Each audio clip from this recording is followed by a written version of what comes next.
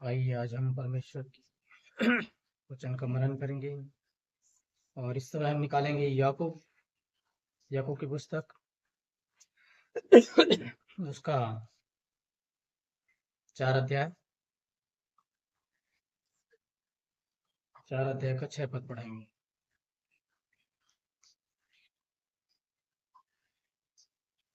Hallelujah, धन्यवाद यीशु, पवित्र परमेश्वर, ग्लोरी जीसस। वह तो और भी अनुग्रह देता है। हाँ, वह तो और भी अनुग्रह देता है। इस कारण यह लिखा है, परमेश्वर अभिमानियों का विरोध करता है। हाँ, परमेश्वर पर अभिमानियों का विरोध करता है, पर दिनों पर अनुग्रह करता है। पर दिनों पर अनुग्रह करता है। हालेलुया। हम देखते हैं परमेश्वर के वचन के लिए धन्यवाद देते हैं पिता परमेश्वर को। यहाँ पर लिखा है वह तो और भी अनुग्रह देता है।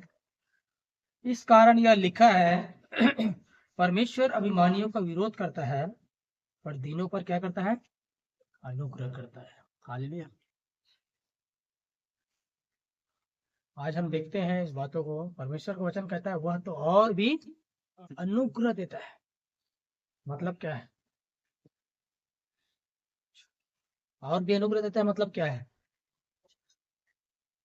सिर्फ अनुग्रह ही लिखना चाहिए ना, और भी अनुग्रह मतलब है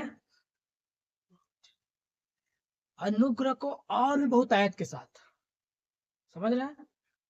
सिर्फ अनुग्रह नहीं, अनुग्रह से ज्यादा, इसलिए लिखा है और भी अनुग्रह देता है। इसलिए लिखा है कि परमेश्वर अभिमानियों का विरोध करता है, परंतु दीनों पर अनुग्रह करता है। हालेलुया। आज हम इस बातों पर देखेंगे कि प्रवचन कहता है परमेश्वर अभिमानियों का विरोध करता है और दीनों पर अनुग्रह करता है।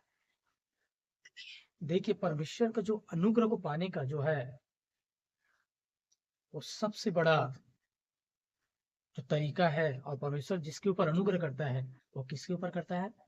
दीनों के ऊपर। जो दीन है, जो नम्र है ना। और लिखा है वो अभिमानियों का, घमंडियों का क्या करता है? वो स्वयं विरोध करता है। आज हम देखते हैं कि लोगों को समझ भी नहीं आता है, उनको नहीं दिखता अपने अंदर का घमंड और अहंकार, और उनको लगता है कि मैं सर्वश्रेष्ठ हूं, मैं अच्छा हूं। लेकिन वो घमंड जो ऐसा चीज है जो मनुष्य को क्या करता है? आगे बढ़ने से रोकता है, आशीषित होने से रोकता है, क्योंकि परमेश्वर स्वयं उसका विरोध करता है ना। और इस घमंड का क्या है इलाज? आज मनुष्य क्या थोड़ा सा अच्छा ज्ञान हो जाने के पास क्या उसके अंदर ज्ञान का घमंड हो जाता है।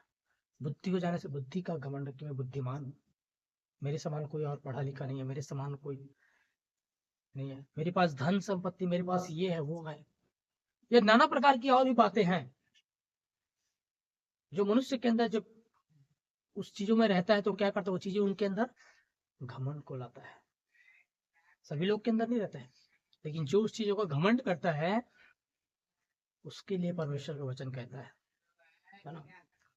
और आज कई बातों के कारण से जिसके अंदर कुछ नहीं, वो भी उसके अंदर भी कई प्रकार के घमंड रहते हैं, है ना। और ये जो घमंड है वो उसको विनाश का कारण ठहरता है, उसके नीचे जाने का कारण ठहरता है, उसके गिरने का कारण ठहरता है। और मनुष्य इस बात को नहीं समझ पाता है, क्योंकि लिखा अभिमानियों का वो क्या करता है? वो विरोध करता है, पर दीनों पर अनुग्रह करता है ना। अब इस घमंड का इलाज क्या है? घमंड का इलाज क्या है? नम्रता। क्या है इसका इलाज? सिर्फ नम्रता है, और कुछ नहीं है। और नम्रता क्या है?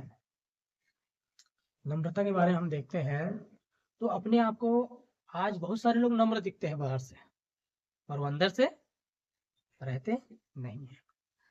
नम्रता जो है आपका शरीर का कोई रिएक्शन नहीं है ना, वो हृदय से होता है। कहाँ से होता है? हृदय से। आज बहुत सारे लोग देखोगे, हाँ बहुत अच्छे से आप क्या करेंगे, नम्रता पूर्वक बात करेंगे, एकदम शांति रूप से बात करेंगे, दिखने से लगेगा एकदम नम्र व्यक्ति, एकदम धीरे से आवाज बात करता है, किसी से ऊंचे आवाज में बात नहीं करता। ये नम्रता का पहचान नहीं है ना, ये नम्रता का पहचान नहीं है। याद रखना इस बात को, नम्रता क्या नहीं है ये आप लोग जान लीजिए। नम्रता क्या नहीं है, एकदम शांत रूप से धीरे से बात करना, ये नम्रता नहीं है। कोई एकदम शांतिपूर्वक प्यार से बात करे इसका मतलब वो नम्र दिन, ऐसा नहीं है। नम्रता जो है हृदय किससे होता है, हृदय के एटीट्यूड वो दिखाता है कि कितना व्यक्ति नम्र है, कितना उसके अंदर प्राइड है। कोई आपसे मिलेगा, जय मसीह भैया, जय मसीह बहन, जय मसीह भाई, कोई एकदम ऐसे एकदम झुकेगा धीरे, लेकिन हृदय में क्या है, कठोरता से भरा है। या और कोई हृदय में अलग स्वभाव है, पर बाहर से दिखने से एकदम हंस के मिलकर ऐसे झुक करके क्या करेगा, आपको अपनी दीनता को दिखाएगा, लेकिन ये नम्रता का पहचान नहीं है। शरीर का बाहरी दिखावटी का कोई भी रिएक्शन, आपका कोई भी एक्शन या रिएक्शन जो आप शरीर का फिजिकली करते हैं, वो नम्रता की पहचान नहीं है, क्योंकि नम्रता फिजिकल नहीं है, समझ रहे हैं, वो शारीरिक नहीं है। शारीरिक आपकी जो हाव भाव और जो दशा है, ये साबित नहीं करता कि मनुष्य नम्र दिन है, और वो जो उससे नहीं दिखाया जाता कि उसकी नम्रता, उसका प्रूफ नहीं है नम्रता का कि मनुष्य बाहर से एकदम झुक करके हर एक आदमी का आदर करता है, सलाम करता है। मैं नहीं बोल रहा हूँ कि ऐसा नहीं होना चाहिए, होना चाहिए, पर ये नम्रता का ये पहचान नहीं है। ऐसे कर कर भी मनुष्य अंदर में अपने हृदय में क्या कर सकता है, घमंड अहंकार को जीवन बिता सकता है। हालेलुया, समझ में आ रहा है। मतलब नम्रता जो केवल बाहरी वातावरण का नहीं है, हमारा नम्रता जो है हमारे हृदय से निकलता है, हमारी एटीट्यूड हमारे हृदय से होता है, और जो हृदय से जब होता है तो आपका बाहर का कैसा भी रहे फर्क नहीं पड़ता। समझ में आ रहा है। अब बाहर से दिखने में आप कैसे भी दिखे, कैसे भी रहे, कैसे भी आप रिएक्शन करते होंगे, इससे फर्क नहीं पड़ता अगर आपके हृदय में नम्रता है तो। क्योंकि नम्रता अगर आपके हृदय में रहेगा तो आप क्या करेंगे, आप वो व्यवहार करेंगे लोगों के साथ।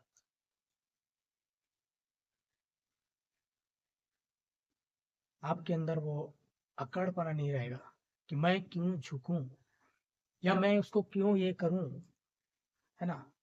ये सारी चीजें क्या है, नम्रता का ये नहीं है। और घमंड क्या है, घमंड हमेशा अपने आप को ऊंचा रखता है, याद रखना इस बात को। घमंड झुकना पसंद नहीं करेगा, घमंडी जिस व्यक्ति रहेगा वो झुकना पसंद नहीं करेगा, वो छोटा बनना पसंद नहीं करेगा, वो कहीं भी जाएगा उनको बड़ा स्थान चाहिए, लोग मुझे जाने, लोग मुझे देखें। ये घमंडी व्यक्ति का पहचान है। और परमेश्वर कहता है उसका सामना कौन करता है, स्वयं परमेश्वर करता है। वो चाहता है कि चार के बीच में हमेशा मैं फेमस रहूं, मेरा नाम लोग वरान करते रहे, मेरे नाम की चर्चा होती रहे। जो सामने वाले को हमेशा तुच्छ नजरों से छोटा ही देखता है। एक घमंडी व्यक्ति की पहचान क्या है, दूसरों को अपने से क्या करता है, वो तुच्छ समझता है, क्योंकि उसके अंदर जो बहुत सारे उपलब्धियां हैं, उसने उसको क्या कर दिया है, या बड़ा पद, या बड़ा अधिकार, या बड़ी धन संपत्ति, या बड़ी और भी कुछ भी पावर हो सकता है उसके अंदर। उसके कारण से वो जो घमंड है उसके अंदर जो चढ़ा है, वो उसको क्या है, दिन नहीं बनता वो, है ना। एक घमंडी का पहचान क्या है, वो हमेशा वो क्या करेगा, अपने आप को सर्वश्रेष्ठ साबित करने में लगा रहेगा, और अपनी गलतियों पर नहीं मानेगा वो किसी भी तरह से अपने आप को सही साबित करने की कोशिश में रहेगा, क्योंकि वो झुकना पसंद नहीं करेगा। समझ में आ रहा है। मैंने बताया नम्रता क्या नहीं है, बाहर का जो हमारे शारीरिक फिजिकल एटीट्यूड वो नम्रता नहीं है। किसी के सामने एकदम नीचे झुक जाओ शारीरिक रूप से, वो भी नम्रता नहीं है। वो आपका हृदय की दशा पर डिपेंड करता है। और जो घमंड है उसकी पहचान क्या है? वो हमेशा अपने आप को ऊंचा रखना चाहेगा। वो अपनी लोगों के बीच में अपनी इमेज को हमेशा ऊंचा बना के रखना चाहेगा। लोगों के बीच में अपनी उसका इमेज नीचे ना हो, इस बात की वो क्या करता है, उसके लिए परिश्रम करता है कि मेरा इमेज हमेशा ऊपर बना रहे। वो अपने आप को कहीं पर भी छोटा करना पसंद नहीं करता। ये है घमंड, प्राइड, अहंकार। और ये बहुत खतरनाक चीज है। हाँ। वो सुनना पसंद नहीं करता, खाली मैं बोलूं, मुझे किसी की सुनने की जरूरत नहीं है। वो सीखना पसंद नहीं करता है। याद रखिए, घमंड से भरा हुआ व्यक्ति क्या करेगा? दूसरों से सीखना नहीं चाहेगा। वो ये कहेगा कि मेरे से लोग सीखना चाहिए, मैं क्यों सीखूं। एक घमंडी व्यक्ति का पहचान है, याद रखिए। लेकिन एक नम्र और दीन व्यक्ति क्या करता है? एक अपने से छोटे से बच्चे से भी सीख जाएगा वो, कि बच्चे के अंदर वो गुण है, इसको मैं ले लेता हूँ। हालेलुया, समझ में आ रहा है? लेकिन एक दीन व्यक्ति क्या करेगा? छोटे से व्यक्ति से भी सीख जाएगा और सीखना चाहेगा। उसके अंदर इच्छा रहेगा कि वो छोटे भाई उससे भी मैं क्या सीख लूं। हमेशा सीखना पसंद करेगा। एक दीन व्यक्ति की पहचान क्या है? हमेशा सीखना पसंद करेगा। वो जहां भी जाएगा, जो भी उसके सामने रहेगा, उससे कुछ ना कुछ सीखने की कोशिश करेगा। ये नहीं कि वहां अपने आप को हमेशा अपने आप को साबित करने के लिए मैं ही सिखाऊंगा, मेरे पास ही ज्यादा बुद्धि और ज्ञान और समझ है, तुम लोग सब मेरे से नीचे हो, मैं यहाँ पर सिखाऊंगा। ये एक घमंडी व्यक्ति का पहचान है। और दीन व्यक्ति क्या करेगा? वो छोटे से भी मिलेगा, छोटे से छोटे को आदर देगा, उसका सम्मान करेगा, उसके साथ बैठेगा, उसके साथ व्यवहार करेगा, चाहे वो कितना बड़ा, बहुत बड़ा व्यक्ति क्यों ना हो। दीन व्यक्ति की पहचान ये है। हालेलुया, इस बात को समझ लीजिए।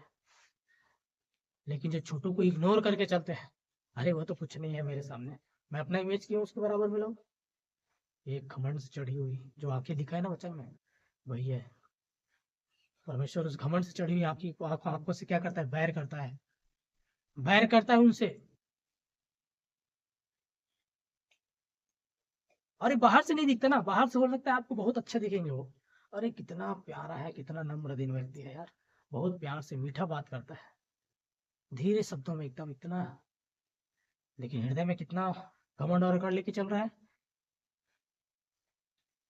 कि हर एक को व्यक्ति को अपने से छोटा नजरों से देखता है, तुच्छ देखता है। जहां उसको पहला स्थान नहीं मिलता वहां पर वो जाना पसंद नहीं करेगा। घमंडी व्यक्ति क्या करेगा? जहां पहला स्थान उनको नहीं दिया जाता वहां पर वो जाना पसंद नहीं करेगी कि उसको पहला स्थान किसी और को दे दे तो मैं वहां जाके सामने उसके पीछे क्यों बैठूं। एक घमंड से भरी हुई मनुष्य का पहचान है। आज कितने लोग हैं, कितने लोग हैं आज, कितने आज मसीह लोग हैं, कितने आज प्रभु के लोग हैं, कितने आज प्रभु के बेटे और बेटियां हैं जो इस घमंड के स्वभाव को लेकर के क्या कर रहे हैं? जीवन को बिता रहा है मेरे प्रियो।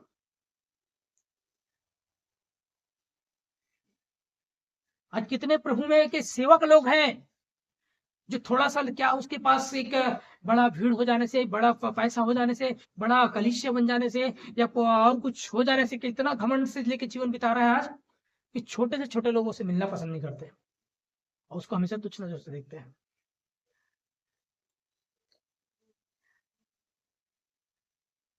अरे वो कुछ ही समय का है, वो कुछ भी नहीं है परमेश्वर की दृष्टि में। जो बाहरी जो दिखाई दे रहा है वो कुछ भी नहीं है। आपका जो हृदय की जो एटीट्यूड है, जो हृदय की जो दशा है, वो परमेश्वर देखता है।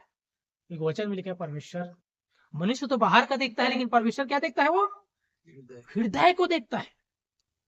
याद रखिए मेरे, परमेश्वर हृदय को देखता है। आप कितने बड़े पद में हैं, ये परमेश्वर की नजरों में कोई महत्व नहीं। आप कितने बड़े, कितने अपने नाम के आगे कितना बड़ा बड़ा लिखते होंगे, कोई मायने नहीं रखता इसका।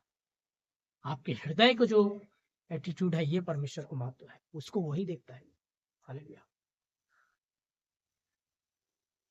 आज इस बात को कितने लोग नहीं जान पाते और वैसा जीवन बिता रहे हैं, और उनको लग रहा है मैं आगे बढ़ रहा हूं, मैं उन्नति कर रहा हूं, मैं ऊंचाई में जा रहा हूं, देखो मेरे पास कितने आज लोग हैं, कितने ये है, मेरे पास बड़ा बड़ा घर है, बड़ा बिल्डिंग है, बड़ी बड़ी गाड़ियां हैं, मुझे क्या कमी है, मैं तो सक्सेस हूं, मतलब मैं क्या हूं, मैं आशीषित हूं समझते हैं। लेकिन सावधान हो जाइए, आप आशीषित नहीं है। परमेश्वर ने जरूर आपको आशीषित किया है, पर अब आप अपने जीवन से उसको क्या कर रहे हैं, उस घमंड में जीवन बिता करके उसको आप नाश करने में तुले हुए हैं। हालेलुया। क्योंकि परमेश्वर उसका विरोध करता है। हालेलुया। जरूर आपके पास परमेश्वर आशीष दिया और आप बहुतायत में रह रहे हैं, क्योंकि परमेश्वर अपने बच्चों को बहुतायत का आशीष दिया है, लेकिन हमको उसके लिए क्या करना चाहिए, घमंड नहीं करना चाहिए किसी बात का, कि मेरे पास देखो एक अच्छा टैलेंट है, या मेरे पास इतना बुद्धि है, ये ज्ञान है, समझ है, मेरे पास इतनी सारी उपलब्धियां हैं, मैं इतनी बड़े पद में हूं, मेरे पास इतनी सारी डिग्रियां हैं। आज इन चीजों का लोगों के अंदर एक घमंड भरा पड़ा हुआ है, और उस घमंड में क्या करता है वो सामने वाले को उसी से जज करते हैं, कंपेयर करते हैं, मैं तो ये ऐसा हूं, ये इसका ऐसा नहीं है, इसलिए क्या है, ये सामने वाला मेरे से छोटा है, मैं इसके सामने सीना तान के चलने लायक, क्योंकि मेरे जितना ही पढ़ा लिखा नहीं है, मेरे पास जितनी डिग्री है इसके पास नहीं है। हेलो, क्या करते हैं लोग, इस प्रकार से करते हैं। और जो मसीह में है, जो आत्मिक घमंड में भी लोग, बहुत सारे लोग इस प्रकार जीते हैं, मैं इतना दिन उपवास प्रार्थना करता हूँ, तो क्या करेगा, सीना ठोक के एकदम सीना तान के चलेगा, मैं 40 दिन का उपवास प्रार्थना रखता हूँ, ये तो नहीं रखता, ये तो हफ्ते में एक दिन भी नहीं रह पाता है। उसको क्या है, तुच्छ नजर से वो देखते हैं, उसको तुच्छ नजर से देखते हैं, उसको छोटा समझते हैं वो। अरे मुझे वचन का बहुत ज्ञान है, पूरा बाइबल मेरा रटा हुआ मेरे मुंह में है, उत्पत्ति से प्रकाशित वाक्य तक मेरे इतना पूरा ज्ञान किसी के अंदर नहीं। वचन कहता है ज्ञान घमंड को उत्पन्न करता है। याद रखिए, अगर वचन को कोई, आप 24 घंटा भी वचन पढ़िए, लेकिन अगर केवल लोगों को नीचे दिखाने के लिए कि मेरे पास ज्यादा है करके, तो इसका कोई महत्व नहीं। याद रखिए, आपका 24 घंटा भी वचन पढ़ना, बाइबल पढ़ना भी व्यर्थ है, यदि उसका मकसद कुछ और है तो। लेकिन आप प्रभु को खोजते हुए, प्रभु के नजदीक आते हुए, अपने आप को नम्र दिन करते हुए, अगर आप 1 घंटा भी पढ़ते हैं ना, वो 24 घंटे वो अलग उद्देश्य से पढ़ने वाले से बढ़ करके है। समझ रहे इस बात को? कितने लोग हैं जो क्या करते हैं, इस प्रकार से घंटों करते हैं, मात्र लोगों को नीचा करते हैं, सामने वाले को। इसके लिए वो पढ़ाई करते रहते हैं, इसके लिए वो स्टडी करते रहते हैं, अपने आप को बड़ा साबित करने के लिए। अरे परमेश्वर आपको बढ़ाया है, आपको ऊंचाई में दिया है, तो आपका फर्ज क्या है, वचन क्या करता है, जो बड़ा है, जो अपने आप को छोटा करे, मतलब जो अपने आप को छोटा करेगा वो क्या करेगा, बड़ा किया जाएगा। परमेश्वर की दृष्टि में क्या है, आप अपने दृष्टि में बुद्धिमान हो, अपनी दृष्टि में ज्ञानवान हो, धनवान हो, और सब चीज हो, अपने दृष्टि में आपको लग रहा है मैं प्रभु के सामने हूं, एकदम बना रहता हूं, लेकिन प्रभु की नजर में क्या है, जब तू छोटा बनेगा, जो छोटे से छोटे का आदर करेगा, वचन में लिखा है वो मेरा करता है, जो छोटे से छोटे के लिए करता है, वचन में लिखा हुआ है।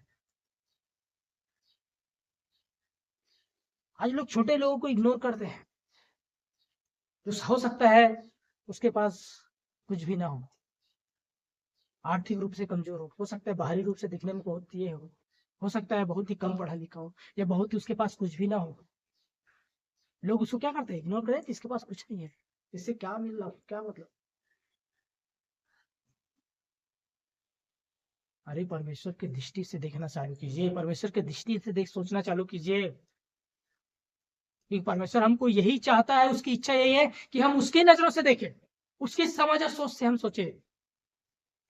हम अपनी समझ से सोचते हैं, शारीरिक बाहरी सोच से क्या करते हैं, मैं ये इस प्रकार से हम लोग क्या करते हैं, ऊंच और नीच जज करते हैं।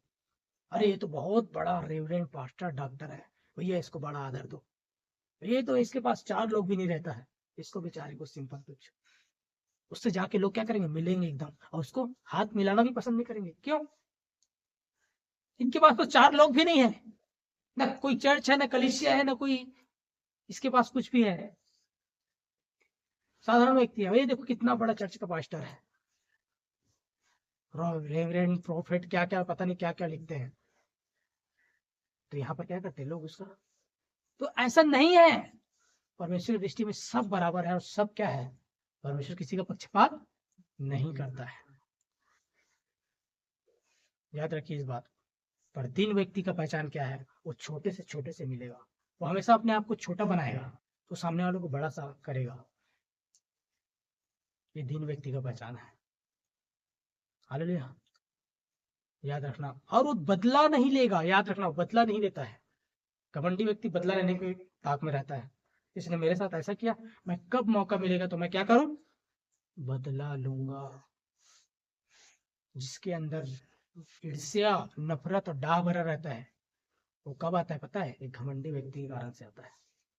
एक घमंड आने के कारण से ईर्ष्या, नफरत और डाह घुसता है। याद रखिए इस बात को। वो अपने आप डायरेक्ट नहीं घुस जाता, मनुष्य के अंदर घमंड आता है, ईर्ष्या, डाह, नफरत आता है। फिर उसके बाद क्या करता है वो, फिर कैन के समान क्या करता है, अंजाम देता है कामों को। कैन ने अपने भाई को क्या किया, हत्या किया। किस लिए, क्या हुआ उसके साथ, हाबिल ने कुछ बिगाड़ा उसका, उसके भाई ने? अरे कुछ नहीं बिगाड़ा भैया, बस परमेश्वर ने क्या किया, परमेश्वर ने उसके भेंट को ग्रहण किया और इसके भेंट को ग्रहण नहीं किया, तो उसके अंदर वो डाह आ गया, जलन आ गया, बैर आ गया कि परमेश्वर ने मेरे भेंट को ग्रहण नहीं किया। तो उसको क्या करना चाहिए था, अपने आप को दीन करना चाहिए था। कौन से कमी है कारण जिसके कारण से परमेश्वर मेरा भेंट को ग्रहण नहीं किया, अपनी कमी को ढूंढना था, उसके परमेश्वर के सामने और भी नम्र दिन पर करके आना था, और अपने भाई के पास जाकर उससे सीखना था। क्या करना था कि भाई मुझे बता ऐसा क्या है आपके कारण जिसके कारण से आपके भेंट को परमेश्वर ने ग्रहण कर लिया और मेरा नहीं किया। और उसने क्या किया, नहीं इसका भेंट ग्रहण कर लिया, मेरा नहीं किया। लेकिन पहले उसके अंदर घमंड था, वो दिन होता तो सोचता नहीं मेरा नहीं किया करके, हाँ मेरे अंदर कमी है, मेरे अंदर मैं इसके लायक नहीं, मैं इसके योग्य नहीं, इसलिए मेरा नहीं किया। तो मैं परमेश्वर के पास फिर से सीखूंगा, फिर से अपने भाई से सीखूंगा कि कैसे मेरे भेंट ग्रहण करे, मैं दोबारा ट्राई करूंगा। नम्र दिल व्यक्ति होता तो क्या होता, वैसा करता। पर उसके अंदर की घमंड ने क्या किया, मेरा ग्रहण नहीं किया, उसका कर लिया। उसके अंदर डाह आ गया उसके प्रति, उस घमंड ने उसके अंदर डाह ला दिया उसके प्रति, उसके अंदर नफरत भर गया, और वो जा करके क्या कर दिया, उसका हत्या कर दिया। हालेलुया। आज भी यही चीजें होते हैं हर एक के अंदर, याद रखिए। जिसके अंदर घमंड रहेगा उसके अंदर डाह और नफरत और कड़वाहट आसानी से उसके जीवन में राज करता है। याद रखिए। फिर वो एक काम को अंजाम देता है जैसे कैन ने हाबिल के साथ अंजाम दिया। समझ रहे बात को? अरे आज लोग जाके जरूर शरीर में वो बड़े बड़े तलवार और चाकू नहीं घुसे, लेकिन शब्दों का तलवार और चाकू मारते हैं लोग, और हत्या करते हैं आज भी लोग। क्योंकि उसको क्या करते हैं, वो उसको अपने शब्दों से मारते हैं, उसको तुच्छ करते हैं। जिसके पास जाके सीखना चाहिए उसका अपमान करते हैं, उसकी बुराई करते हैं, उसकी चुगली करते हैं। क्योंकि उसके अंदर जो डाह है ना, वो नहीं चाहता कि उसको सम्मान मिले, उसकी बड़ाई करे। वो स्वयं तो बड़ाई कर नहीं सकता, लेकिन किसी शब्दों से दूसरों से भी वो सुन भी नहीं सकता। एक घमंडी व्यक्ति का पहचान, याद रखिए। जिसके अंदर घमंड रहेगा ना, वो दूसरे के प्रति, जिसके मन में उसके प्रति कड़वाहट या डाह रहेगा ना, उसके प्रति क्या रहेगा, वो उसकी बड़ाई किसी और से नहीं सुन सकता। वो जहां पर उसकी बड़ाई होगी, तारीफ होगी, वहां से उठकर चला जाएगा, तो बोलेगा अरे यार बंद करो सब, फालतू की बात मत करो। उसका मन के हृदय से यही निकलेगा, मैं उसकी तारीफ नहीं सुन सकता, मैं वो हमेशा छोटा है, मेरे नजरों में तुच्छ है, तुच्छ ही रहेगा, उसको बड़ाई मत करो। कि उसके हृदय की यही हलचल होता है आज घमंडी व्यक्ति का। लेकिन नम्र दिल व्यक्ति क्या करेगा, वो सुनेगा भी और खुद बड़ाई करेगा। नम्र दिल व्यक्ति दूसरे से भी करवाएगा और खुद भी करेगा, क्योंकि उसके अंदर वो अच्छाई है। हाँ भाई, वो आदर की कारण है, उसका आदर करेगा। नम्रता दीनता का पहचान है। मतलब एक घमंडी व्यक्ति क्या करता है, सच्चाई को भी नहीं समझ पाता, और सच्चाई उसका आंख इतना पट्टी बन जाता है कि उसका आदर और सम्मान नहीं कर पाता, क्योंकि उसके अंदर भरा हुआ जो घमंड के कारण से आया हुआ उसके प्रति जो जलन और डाह जो कड़वाहट है, उसको ये अच्छा काम कभी करने नहीं देगा। लेकिन जिस दिन वो अपने घमंड से बाहर आएगा और कहेगा कि मैं हाँ उसका आदर करूंगा, उसका सम्मान करूंगा, उससे मिलूंगा, उसकी बढ़ाई करूंगा, उसके अच्छे कामों की तारीफ करूंगा, और दूसरे जब उसके बारे में अच्छी तारीफ करे तो उसको भी मैं सुनूंगा और उसके हाँ में हाँ मिलाऊंगा। एक नम्र दिन व्यक्ति और जो अपने आप के मन फिरा करके आएगा उसकी पहचान है। हालेलुया। आज इस बात को आज हमको समझ लेना है, आप किस तरह के जीवन बिताते हैं आज, क्योंकि परमेश्वर अभिमानियों को क्या करता है, विरोध करता है, और अभिमान का केवल एक ही इलाज है, उपवास प्रार्थना में बैठना इलाज नहीं है अपने स्वभाव को बदलने के लिए। जैसे 1 घंटे के बाद अब 4 घंटा प्रार्थना करना वो इलाज नहीं है, याद रखना। उसका इलाज है दीन बनना, दीन हो जाना, नम्र हो जाना, अपने हृदय की दशा को बदलना। हालेलुया। और जो व्यक्ति नम्र और दीन होता है उसको परमेश्वर के क्या मिलता है पता है? जैसे हमने वचन में पढ़ा याकूब 4:6 में, परमेश्वर उसको और भी अनुग्रह देता है। परमेश्वर का फेवर उसको क्या मिलता है? हर क्षेत्र में उसका तरफदारी उसको मिलता है। परमेश्वर का तरफदारी, हर बात में उसके साथ तरफदारी होता है नम्र और दीन व्यक्ति के साथ। हालेलुया। हम देखते हैं कुछ बातों को, देखेंगे वचन से। Hallelujah, glory Jesus. और याद रखना एक बात, जब व्यक्ति जब नम्र और दीन होता है ना, तो उसके सामने वचन में, इसी जो वचन पढ़े उसके 7 पद में क्या लिखा है? जब व्यक्ति नम्र और दीन होता है, परमेश्वर लिखा है, वचन लिखा है कि अभिमानियों का सामना करता है परंतु दीनों पर अनुग्रह करता है। और उसके 7 पद में क्या लिखा है? इसलिए परमेश्वर के अधीन हो जाओ, हाँ, और शैतान का सामना करो। हाँ, इसलिए परमेश्वर के अधीन हो जाओ। अधीन कौन व्यक्ति होगा? घमंडी व्यक्ति अधीन नहीं हो सकता, याद रखना। घमंडी अधीन नहीं होता है, याद रखना। और लोगों को लगता है कि वो, मैं परमेश्वर के अधीन हूं, मुझे किसी व्यक्ति के अधीन होने की जरूरत नहीं। ये दीनता नहीं है, याद रखना। दीन व्यक्ति क्या करेगा? परमेश्वर की भी अधीन रहेगा, और उसके जीवन में ठहराए हुए जो उसके ऊपर में है उसके भी अधीनता में रहेगा, याद रखना। आप नहीं कह सकते मैं केवल परमेश्वर के सामने झुकता हूँ, केवल परमेश्वर से सीखता हूँ, केवल उसके सामने मैं घुटने टिकाता हूँ, और अपने से बड़ों किसी का आप उसके सामने नहीं झुकेंगे जिस जहाँ झुकना चाहिए, तो आपका ये अंदर का वो दीनता नहीं है, याद रखना। वो घमंड से भरी हुई पहचान है, घमंड का पहचान है कि मुझे लोगों के सामने झुकना ना पड़े, किसी की आदर ना करना पड़े, या अपनों से बड़े के साथ उसका इज्जत करना ना पड़े। मैं सिर्फ परमेश्वर की इज्जत करूंगा, सिर्फ परमेश्वर के सामने झुकता हूँ और सिर्फ परमेश्वर से सीखता हूँ। मैं किसी और लोगों से सीखने की जरूरत नहीं। एक घमंडी की शब्द है, याद रखना। एक घमंडी व्यक्ति का पहचान है, उसकी शब्द है ये। परमेश्वर लिखा है जो तुम्हें तुम्हारे ऊपर ठहराए हुए अपने अधिकारियों के अधीन रहो। परमेश्वर की आज्ञा है। हमारे ऊपर में जो परमेश्वर ने रखा है, हो सकता है वो आपका माता पिता हो सकता है, आपका बड़ा भाई हो सकता है, वो हो सकता है और कोई हो सकता है, या हो सकता है आप लोग आपका अगुआ हो सकता है, कोई भी हो सकता है। जिसके अधीन आपको रखने के लिए कहा गया उसकी अधीनता में आना ही पड़ेगा। अगर आप अधीन नहीं हो रहे हैं तो आपके अंदर वो घमंड काम कर रहा है, याद रखिए। हालेलुया। वचन में लिखा है अपने आप को अधीन क्या करेगा? जो परमेश्वर की अधीनता में हो जाओ, और तब क्या होगा पता है? तब आप परमेश्वर शैतान का क्या कर सकते हो? सामना कर सकते हो। यहाँ पर बहुत ही अद्भुत बात है समझने वाली। जब तक आप परमेश्वर के अधीन नहीं होंगे और अपने उन मनुष्यों के अधीन नहीं होंगे जो आपके ऊपर में है, जिसको परमेश्वर ने आपके लिए रखा है, ठहराया है, चाहे वो आपके परिवार के अंदर हो सकता है, आपकी कलीसिया के अंदर हो सकता है, जिसको परमेश्वर ने आपसे बड़ा और आपके ऊपर ठहराया है, उसके अधीन में अगर आप नहीं आते हैं तो आप परमेश्वर के भी अधीन में नहीं आ सकते। अगर लोग समझते हैं कि मैं परमेश्वर के सामने नम्र और दीन रहता हूं, बस ये काफी है, धोखे में है वो इंसान। आपको उस व्यक्ति का भी आदर करना पड़ेगा, उस व्यक्ति के सामने भी झुकना पड़ेगा, उसका सम्मान करना पड़ेगा, जिसको आपको करना चाहिए। हालेलुया। अगर आप उसको नहीं करते, उसका तुच्छ समझते और परमेश्वर के सामने चरणों में जा रहा हूं बोलता है तो गलत बात है, ये घमंड है। परमेश्वर नहीं पसंद करता ऐसे। परमेश्वर कहेगा उठ, प्रार्थना करना बंद कर, मेरे सामने गिड़गिड़ाना और दिखावे के आंसू बहाना बंद कर। पहले अपने हृदय को, दशा को बदल और जाके पहले उससे मेल मिलाप करके आ उससे।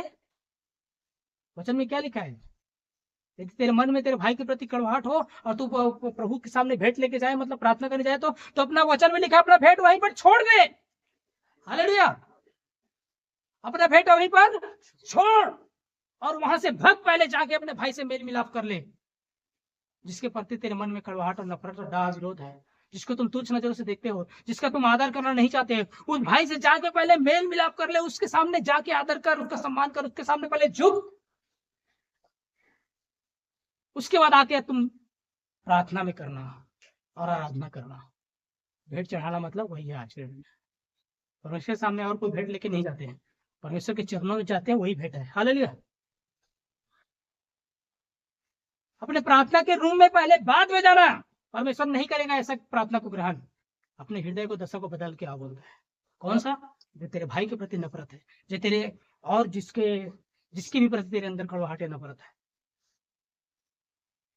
जिसके तू सुनना नहीं चाहता, जिसकी तू बड़ाई नहीं सहन कर सकता, जिसकी तू तारीफ नहीं कर सकता, जिसका तू इज्जत नहीं करता, जिसके सामने तू झुकता नहीं है, उसके सामने वो सब चीज पहले करना सीखो।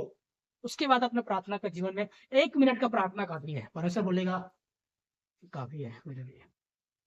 हालेलुया। ये होना चाहिए लाइफ। तब हम आधीनता में आते हैं परमेश्वर के साथ, तब परमेश्वर हमको क्या करता है? ग्रहण करता है और हमारी भेंट को भी ग्रहण करता है। मतलब आपकी जो वचन कहता है ना, अपने आप को जीवता भावता पवित्र बलिदान करके चढ़ाओ, यही तुम्हारी आत्मिक सेवा है। उस भेंट को ग्रहण करता है परमेश्वर कब? जब आप पूरे आधीनता में आते हैं, मनुष्य के भी और परमेश्वर के भी। और तब आपके अंदर वो परमेश्वर वो पावर और कैपेसिटी डालता है कि तब कहता है, तब तुम शैतान का सामना कर, फिर वो भागेगा। आज लोग कैसे सामना करने जाते हैं? अपने अंदर घमंड अहंकार को रख के सामना करूंगा बोलता है। अरे नहीं कर पाओगे सामना। जरूर परमेश्वर ने आपको अधिकार और सामर्थ्य दिया है, पर आपका अंदर का वो चीजें आपको क्या करेगी?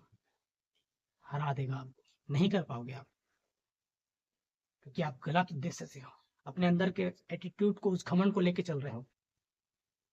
जहां झुकना चाहिए वहां झुको। अपने से छोटों को आदर करने के लिए सिखाता है परमेश्वर। बड़ों की तो फिर बात ही अलग है, करना ही करना है। अपने से बड़ों का आपको उसके सामने झुकना, उसका आदर और सम्मान करना ही है, पर छोटों का भी करना सिखाता है परमेश्वर। अपने छोटों को भी तुझ भी नहीं जानना चाहिए। छोटों का मतलब है, हो सकता है वो आपकी उम्र में छोटा हो, या हो सकता है आपसे जो आपके पास जो क्वालिटी है उसके सामने वाले के अंदर ना हो, उसको छोटा है तुझ नहीं समझना है। हालेलुया। ये परमेश्वर के क्या है? ये है क्योंकि परमेश्वर क्या करता है? वो परमेश्वर स्वयं उसका विरोध करता है। जब जिसका परमेश्वर विरोध करता है, वो शैतान का क्या विरोध करेगा? सामना करेगा। हेलो, समझ में आ रहा है? अरे जिसका परमेश्वर स्वयं विरोध करता है, वो व्यक्ति शैतान का सामना कैसे करेगा? परमेश्वर ही आपके पक्ष में नहीं है। इसलिए अपने आप को, वचन कहते हैं अपने आप को दीन करो, नम्र करो। इसलिए वचन में लिखा है जो 4:6 में, परमेश्वर तो और भी अनुग्रह देता है और क्या करता है पता है? अभिमानियों का सामना करता है और दीनों पर अनुग्रह करता है। याद रखना इस बात को। जो दीन और नम्र, हम बाइबल में परमेश्वर के उन बातों को देख सकते हैं, उन इतिहास को हम देख सकते हैं जो परमेश्वर के कई भक्त लोग रहे हैं। हम देखते हैं नूह के जीवन में। नूह के जीवन में क्या हुआ था पता है? नूह उस समय का सबसे नम्र और दीन व्यक्ति था, और परमेश्वर को नूह के सिवा कोई और नहीं दिखा नम्र दीन व्यक्ति, क्योंकि परमेश्वर मनुष्य के हृदय के अंदर की नम्रता और दीनता को देखता है। वो ऐसे लोगों को खोजता है वो, और उसके ऊपर और भी अपने फेवर को बरसाता है, अपनी और भी तरफदारी को देता है वो, जो नम्र और दीन रहता है। समझ में आ रहा है? नूह के जीवन में वही हुआ, और नूह की दीनता और नम्रता के कारण से उसका पूरा घराना बचाया गया, उस जहाज में बचाया गया, उस जल प्रलय में मारा नहीं गया। पूरा संसार को परमेश्वर ने जल प्रलय से मारा, लेकिन नूह और उसके परिवार को बच गया। क्यों पता है? नूह के दीनता के अनुसार उसके ऊपर अनुग्रह हुआ, नम्रता के अनुसार से उस पर अनुग्रह हुआ। याद रखना इस बात। हम देखते हैं परमेश्वर के एक और वचन से एक और उदाहरण देखते हैं। यूसुफ के जीवन में क्या हुआ है? यूसुफ को क्या कर दिया गया था? यूसुफ को उसके भाई लोग ने पीट करके उसको बेच दिया था। मारने वाले थे लेकिन मारा नहीं, उसको बेच दिया गया।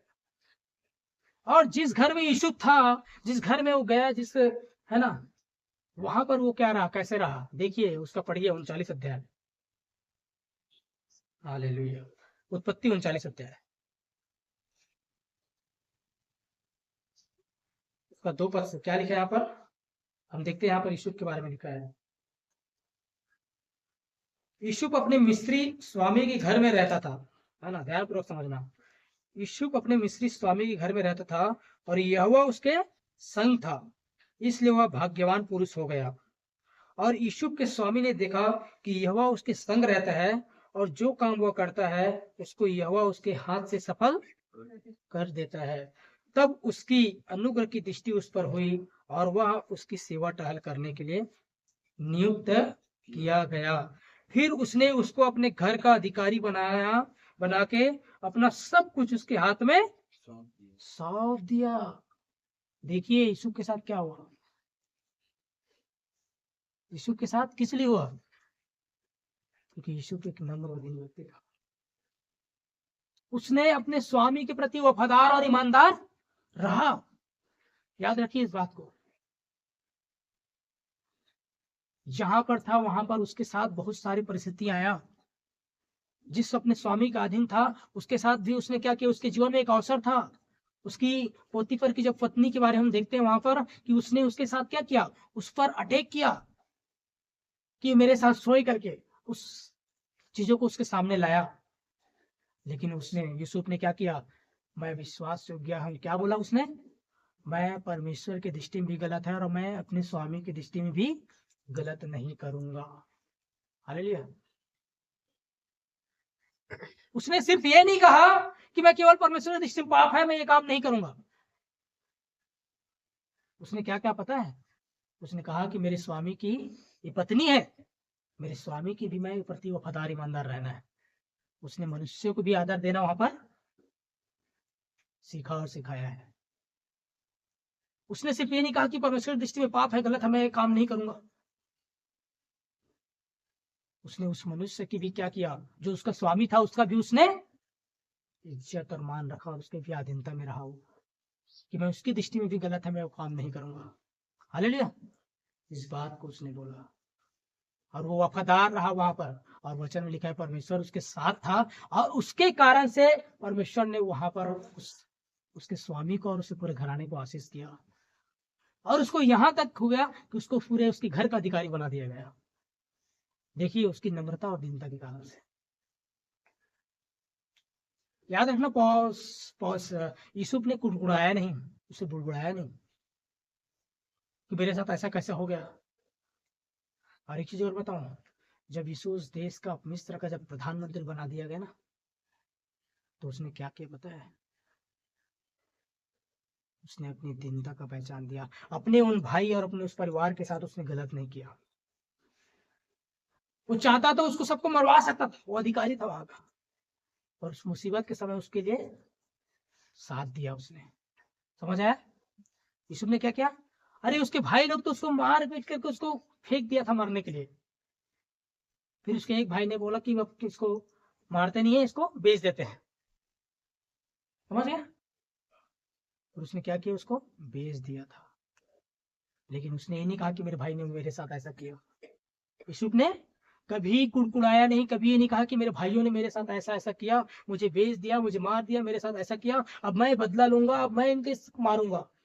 अभी जब भूख पूरा अकाल पड़ा है देश में, मैं इसको अब नहीं दूंगा अनाज, ये नहीं कहा उसने।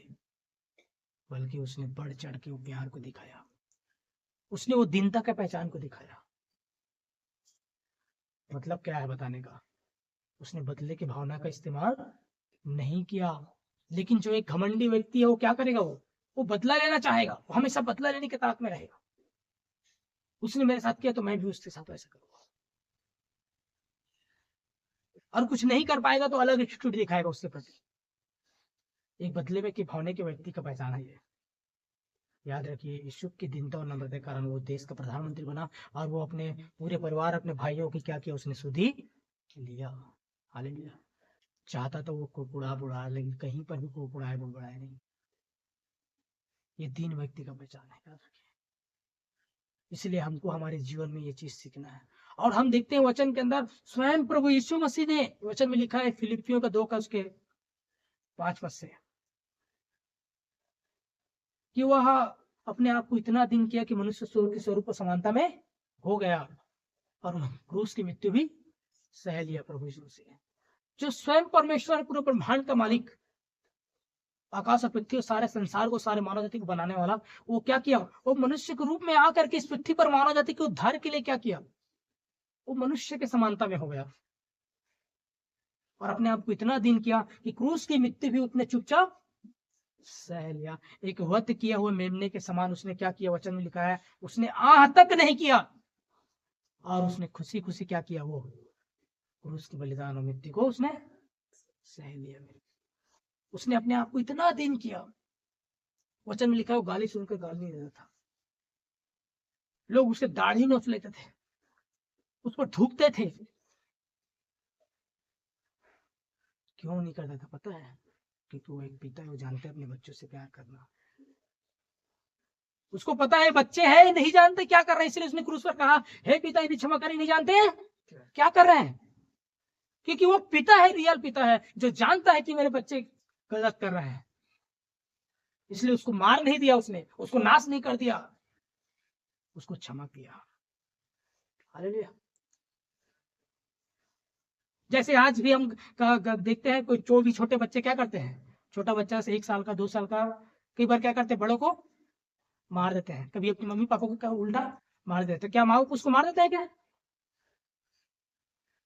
उसको घर से भगाते हैं? नहीं करते हैं। जानते हैं छोटा बच्चा है, खेल रहे हैं, इनको समझ नहीं है, उतर से मेरे मार दिया। वैसे ही वो पिता जानता है कि ये मेरे बच्चे हैं जिनके अंदर वो नहीं है, वो पिता उसको वैसे ही देखता है और उसको क्षमा कर देता है। समझ में आ रहा है? इसलिए क्या होना चाहिए, हमको भी नम्र और दीन होना है, क्योंकि परमेश्वर घमंडियों को सामना करता है, उसका विरोध करता है, पर दीनों पर अनुग्रह करता है। आपको अपने जीवन में हर क्षेत्र में परमेश्वर के अनुग्रह को, उसके फेवर को, उसकी तरफदारी को चाहना है, तो आपने जीवन को नम्र और दीन करना पड़ेगा और दीनता होकर के आना पड़ेगा। हालेलुया। एक वचन लास्ट आप पढ़ेंगे, नीति वचन 18, नीति वचन उसका 22।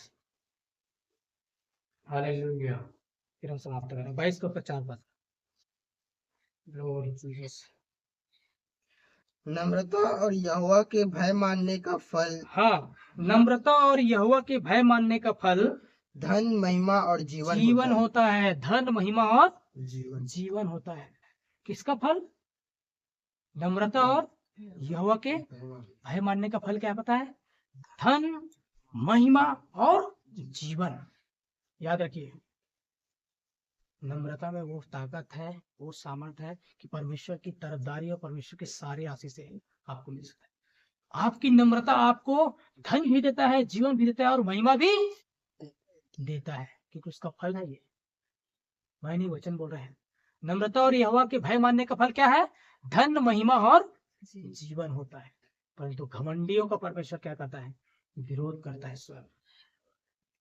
तो घमंड से भरे हुए क्या होता है, व्यक्ति कहीं के लायक नहीं रहता, वो उसका जीवन पूरा जीरो में आ जाता है। इसलिए मेरे प्रियो, हम इस बात को जाने कि हम परमेश्वर के सामने और मनुष्य के सामने भी अपने आप को क्या करें, एक दीनता का पहचान अपने जीवन में रखे। और बाहर का, मैंने बताया बाहर का एटीट्यूड नहीं, हमारे हृदय की दशा। मैंने बताया घमंड कैसा होता है और घमंड नम्रता क्या नहीं है, इस बात को याद रखना। एक घमंड से भरा हुआ व्यक्ति कभी भी सामने वाले का ये नहीं करेगा। इन चीजों को अपने जीवन में रखें और हम परमेश्वर से आशीष और ब्लेस आप तभी हो सकते हैं जब आप अपने जीवन में दीनता को लाएंगे और नम्र दिन रहेंगे और अपने से बड़ों का, जिसका अधीन होना चाहिए उसका अधीनता में रहेंगे। तो है ना, प्रभु इन बातों के द्वारा, इन वचनों के द्वारा हम सबको आशीष करें। आइए हम प्रार्थना करें।